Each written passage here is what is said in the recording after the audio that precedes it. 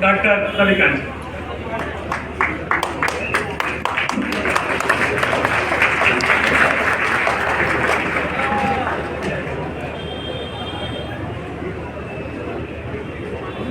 जय भीम साथियों,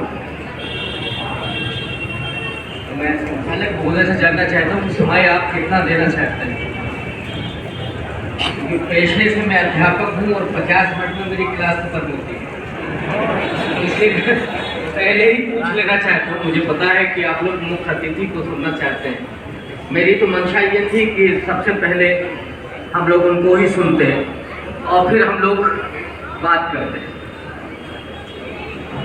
हमारे बीच में आप लोग बाबा साहब के अंश को देख रहे हैं और मैं आपकी आंखों में जब देख रहा हूँ तो वो ख्वाहिश दिख रही है बार बार उनको निहारने की, उनको देखने की। और मैं वो जज्बात भी महसूस कर रहा हूँ और वो ऋण भी महसूस कर रहा हूँ जो बाबा साहब ने इस समाज के लिए, इस देश के लिए किया। इसके लिए मैं सबसे पहले हमारे बीच में मुकद्दर थी आदरणीय राजरत्न अंबेडकर जी, इस कार्यक्रम के अध्यक्ष संयोजक सतीश कुमार राणा जी, डॉक्टर आलोक गोयल जी, doctor Vikram ji, engineer N के गौतम जी और तमाम साथियों। सच बात यह है कि मैं बात कहाँ से शुरू करूँ ये मेरी समझ में नहीं आ रहा है। बाबा साहब को कई साल से पढ़ रहा हूँ, जी रहा हूँ, तो ऑब्वियस है कि कोई जब विषय नहीं होता है तो क्या बात करूँ, क्योंकि वो इतना विस्तार है। लेकिन मुझे लगता है कि आज हमारे बीच में जब आदरणीय राजरत्न अंबेडकर जी हैं और वे बुद्धिस्ट सोसाइटी ऑफ इंडिया के चेयरमैन हैं, तो बात फिर वहीं से शुरू की जाए। आते ही हमने जिस नारे को सुना, बाबा साहब तेरा मिशन अधूरा, ये मिशन है क्या? क्या ये मिशन है कि हम प्रदेश में, देश में कोई सरकार बना लें? क्या ये मिशन है कि हम देश में लोकतंत्र और संविधान को बचा लें? क्या ये मिशन है कि हम देश में समता और बंधुत्व को स्थापित कर लें? और ये तमाम मिशन हैं, कई बार हम उनको परिभाषित नहीं करते। बाबा साहब का इतना लंबा जीवन काल, उनके संघर्ष से आप लोग रूबरू हैं, रात दिन आपके चिंतन में वो रहते हैं, इसलिए मैं उधर नहीं जा रहा हूं। बाबा साहब के अंतिम दिनों में जो वो देश के बारे में सोच रहे थे, समाज के बारे में सोच रहे थे, और मैं अपने पूरे समाज की तरफ से बहुत फक्र के साथ ये कह रहा हूं कि बाबा साहब ने स्वाधीनता आंदोलन के दौर में जिस बात को रेखांकित किया था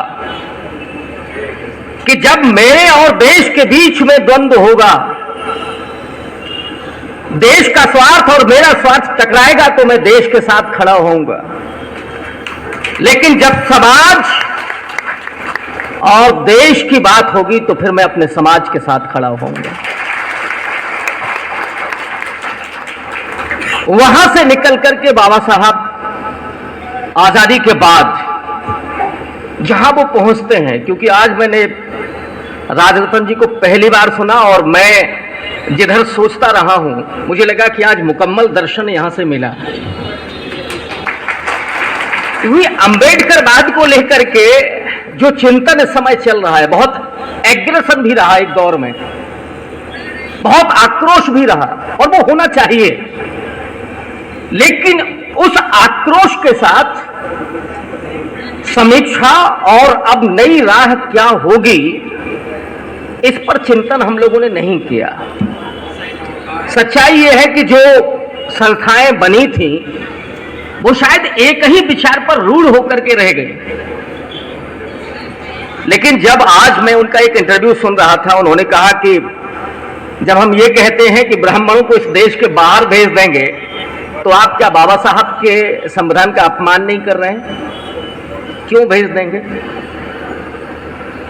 ये तमाम बातें मुझे लगता है कि अब यहां से जो निकल रही हैं, ये असली दिशा है इस देश की। असली दिशा इस समाज की वही होगी जो राजरत्न अंबेडकर जी अब कह रहे हैं। मैं सिर्फ 3 बिंदुओं की तरफ आपका ध्यान आकृष्ट करना चाहता हूं, जो बाबा साहब के आखिरी दिनों का जो मिशन है, जो आप कहते हैं कि मिशन अधूरा, वो है कौन सा?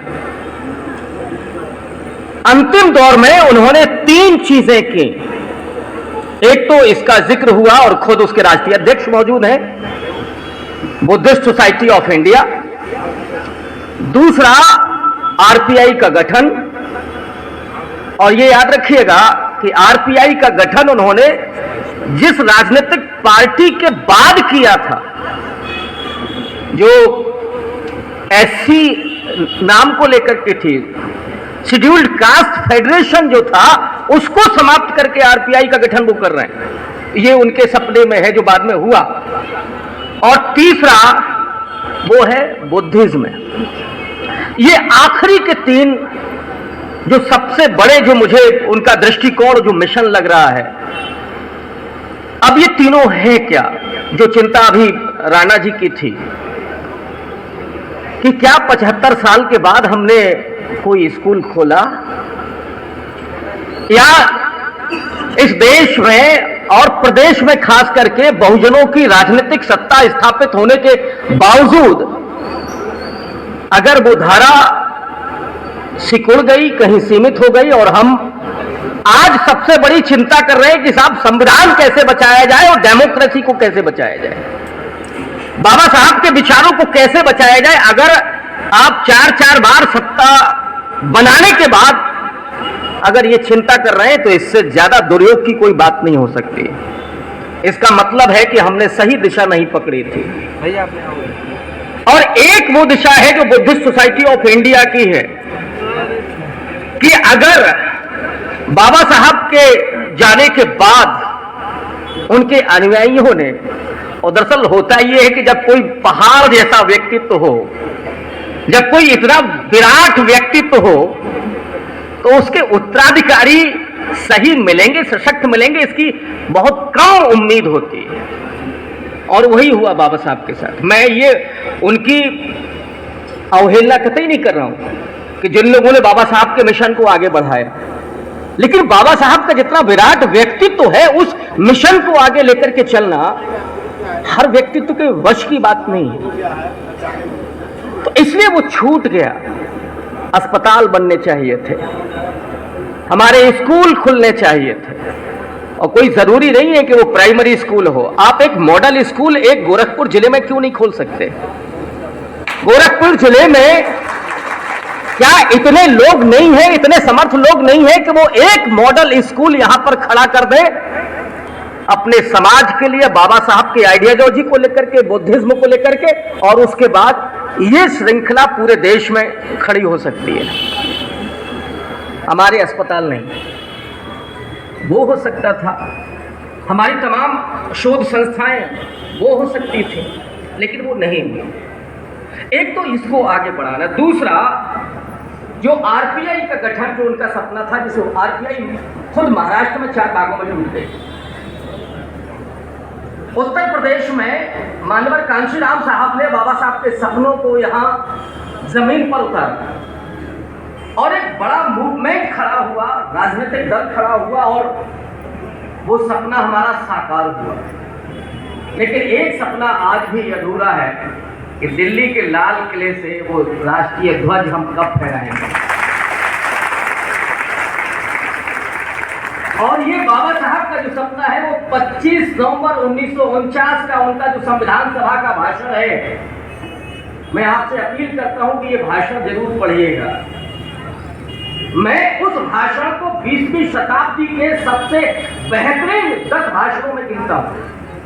मैं पहला और एक इसलिए नहीं कह रहा हूं कि उसमें कई बार ये लगता है कि हम भावुक होकर के बात करने लगते। मैं भावुक से कतई नहीं होना चाहता। मैं कह रहा हूं कि 20वीं शताब्दी के भारत के 10 सर्वश्रेष्ठ भाषणों में वो 25 नवंबर 1949 का बाबा साहब का भाषण है, जिसमें उन्होंने आखिरी में कहा है कि ये जो दलित वंचित तबका है, और किससे कह रहे हैं, जो 80 और 90% सवर्ण ब्राह्मण बैठे हुए संविधान सभा में, उनसे उन्होंने आंखों में आंखें डाल करके कहा कि ये जो दलित वंचित तबका है वो तुम्हारी गुलामी का बोझा ढोते ढोते थक चुका है, अब उसको सत्ता चाहिए, और जब सत्ता उसको मिलेगी तभी इस देश में इस वंचित तबके के साथ न्याय होगा, और अगर सत्ता नहीं तो फिर आप कभी इधर कभी उधर, लेकिन कभी न्याय नहीं हो सकता।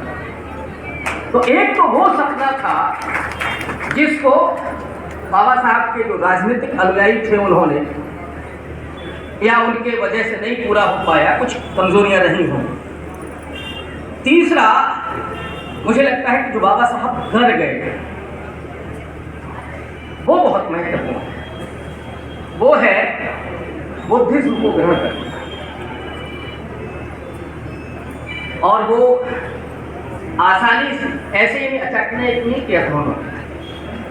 1935 में ऐलान कर दिया था कि मैं हिंदू होकर के पैदा तो हुआ हूं लेकिन हिंदू होकर के मरूंगा नहीं।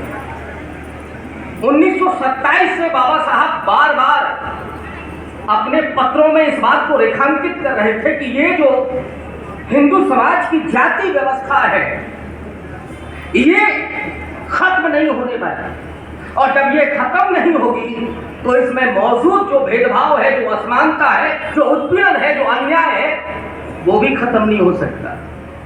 इसलिए दलितों और वंचितों के लिए एक ही विकल्प है, एक ही उपाय है कि वो इस धर्म को छोड़ करके किसी नए रास्ते पर निकले। हमें नए सूरज की तलाश थी,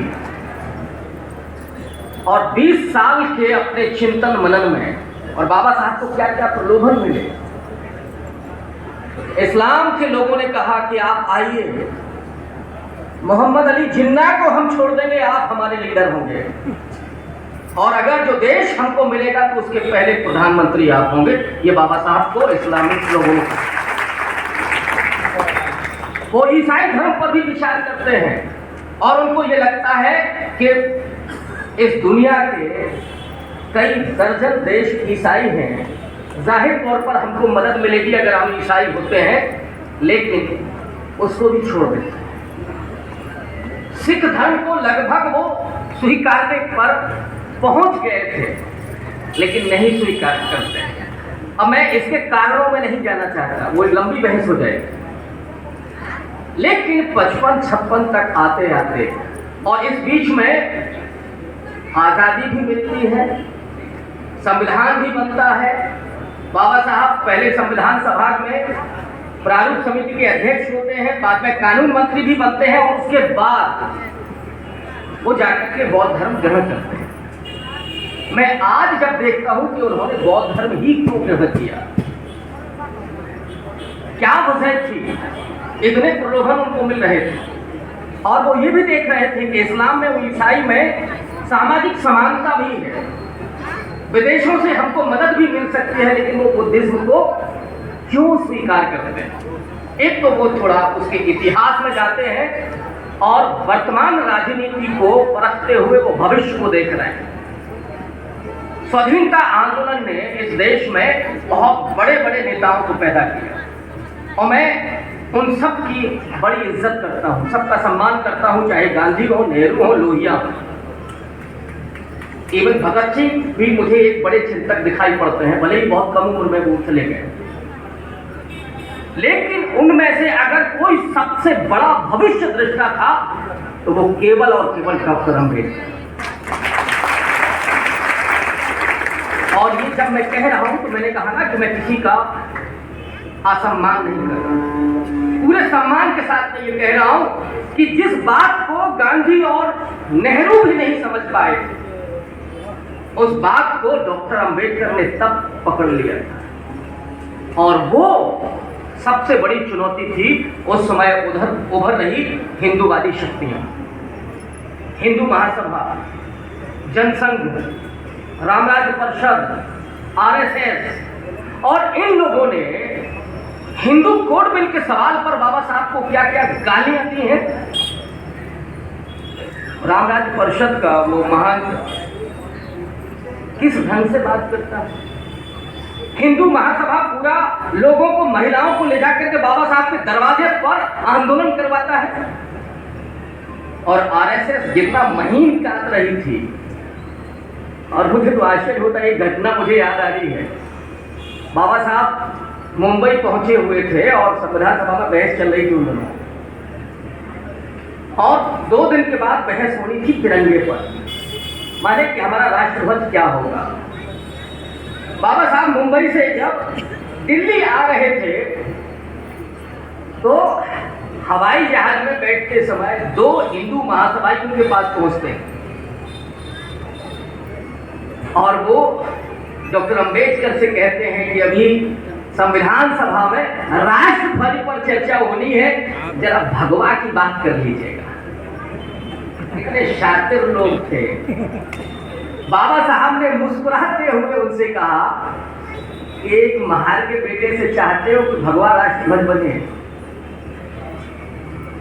ये वो लोग थे। और बाबा साहब उन चुनौतियों को देख रहे थे, समझ रहे थे, और इसीलिए वो बुद्धिज्म को स्वीकार करते हैं, क्योंकि इस देश में अगर हिंदुत्व को किसी ने खुल करके चुनौती दी है इतिहास में, तो वो सिर्फ बुद्धिज्म था, जिसकी वजह से इस देश में अस्पृश्यताओं को रेखांकित किया, वो बुद्धिस्टों और हिंदुत्व के बीच की लड़ाई थी। टकराया, पराजित भी किया, लेकिन कुछ कमियों से पराजित भी हुआ। बाबा साहब ने उसी इतिहास को याद किया और उन्होंने इस बात को समझ लिया था कि आने वाले वक्त में ये जो अभी सपोले हैं, ये बड़े नाग बनने वाले हैं। 2014 भी आएगा, 2019 भी आएगा, ये बाबा साहब देख रहे थे, और इसीलिए उन्होंने बुद्धिज्म को स्वीकार किया कि इसका मुकाबला करने की अगर किसी में ताकत होगी तो वो सिर्फ बुद्धिज्म में होगी। और आज मैं पूरे डंके की चोट पर कह रहा हूं कि इस देश में अगर हिंदुत्व को सबसे ज्यादा अगर कोई खुली चुनौती दे रहा है तो वो धर्म के रूप में बुद्धिज्म है, आइडियोलॉजी के रूप में अंबेडकरवाद है, और समुदाय के रूप में दलित है। ये 3 बड़ी चुनौतियां, बुद्धिज्म, अंबेडकरवाद और दलित, ये 3 बड़ी चुनौतियां और हिंदुत्ववादियों के सामने हैं। इसीलिए वो चाहते हुए भी, बीच में कई बार होता है कि संविधान को खत्म किया जाए, लेकिन उनकी औकात हो नहीं पा रही है, हो भी नहीं पाएगी, इतना मुझे भरोसा है। और ये भरोसा मैं राजरत्न अंबेडकर के सामने करता हूं। जब कोई बुजुर्ग आकर आपकी कलाई को चूमता है तो मैं वो जज्बात देखता हूं कि इस मिट्टी का कण कण, इस दलित का प्रत्येक हृदय कभी भी बाबा साहब के सपनों को मरते हुए नहीं देख सकता, चाहे दुनिया इधर से उधर हो। और इसीलिए मैं आपसे ये अपील करता हूं कि अब वक्त आ गया है, इन 3 मिशन पर, हम कहते तो हैं कि मिशन अधूरा, कौन सा? बुद्धिज्म सोसाइटी ऑफ इंडिया के काम को राजरत्न अंबेडकर जी जिस तरह से कर रहे हैं, इसको हर जिले में करने की जरूरत है। जरूरी नहीं कि 10 स्कूल बने, कोई एक स्कूल, कोई एक हॉस्पिटल, कोई एक संस्था। और राजनीतिक दल का तो थोड़ा सा मसला गड़बड़ है, मैं उसके बारे में कुछ नहीं सोच पाता हूँ फिलहाल। बस मैं इस आखिरी वाक्य से कि अभी उन सपनों को बचाने की जरूरत है, और उसके लिए हमें अगर कुछ कंप्रोमाइज भी करना पड़े तो कंप्रोमाइज कर जाइएगा, लेकिन इन ताकतों को उखाड़ करके पहले फेंकिए, पहले संविधान बचाइए, लोकतंत्र बचाइए, और उसके बाद जो ताकतें आएंगी उनसे लड़ना तो बेहद आसान है। आपने मुझे इतना वक्त दिया, मैं आप सबका बहुत शुक्रिया अदा करना चाहता हूँ। समस्या ये है कि बाबा साहब पर बोलते हुए दिल कभी भरता नहीं है, इसलिए मैं ये सोच करके जा रहा हूँ यहाँ से कि अगली बार मुझे फिर बुलाएंगे और कम से कम 1.5 घंटे का वक्त देंगे। जय हिंद। बहुत बहुत साधुवाद।